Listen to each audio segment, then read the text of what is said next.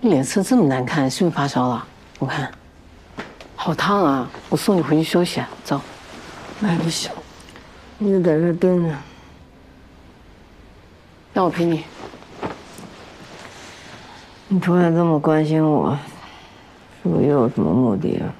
切，你别自作多情啊，怕你进 ICU。我命硬。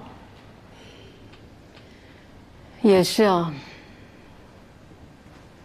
我还从来没见过你这个样子，还以为你不会生病呢。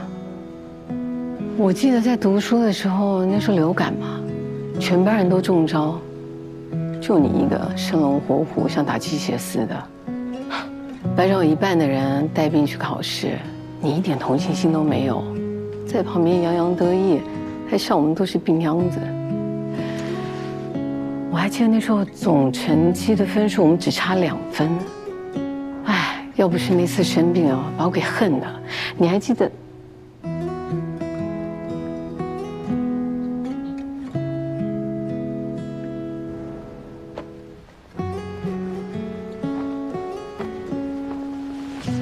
我比你高了2分。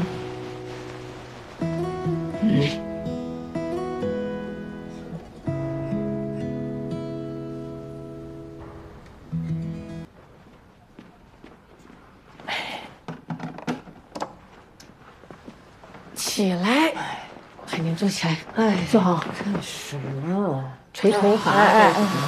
你别动。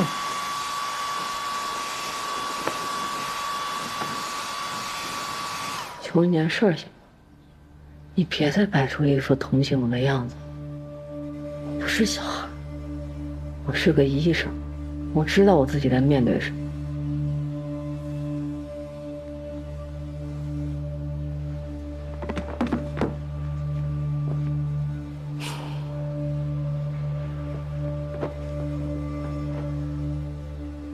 我明天就回格木上班。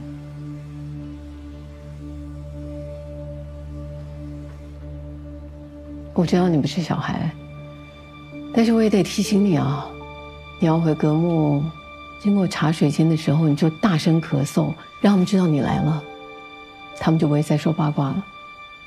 少喝水，少上厕所，要不然在隔间，你就会听到他们讲你的坏话。食堂也别去了，别剥夺他们唯一的乐趣。这些都还不是最伤人的。到了预约的时间，你的医嘱就会告诉你，患者有事不能来。我也知道，约了别的医生了。你这真是身经百战。你还能够毒舌，表示你心态挺好的。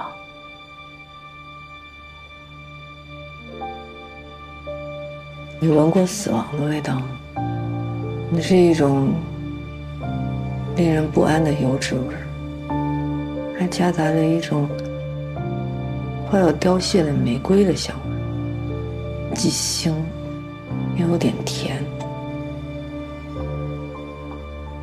佳慧走的时候我闻到过，我妈走之前我也闻到过。前天在 ICU 门口，我又闻到了。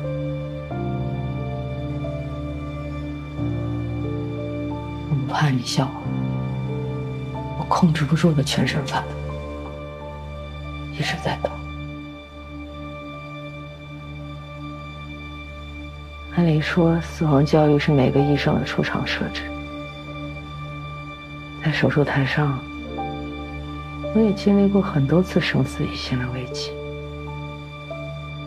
但我很清楚的知道，那些时刻是我在救人。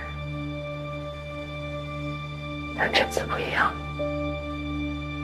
我钟顺花死在我的手术台上。那就是一个好端端的人被我害死。我干医生这么多年，从来没有出过事故。我一直以为是自己技术好，现在才知道，原来之前都是运气好而已。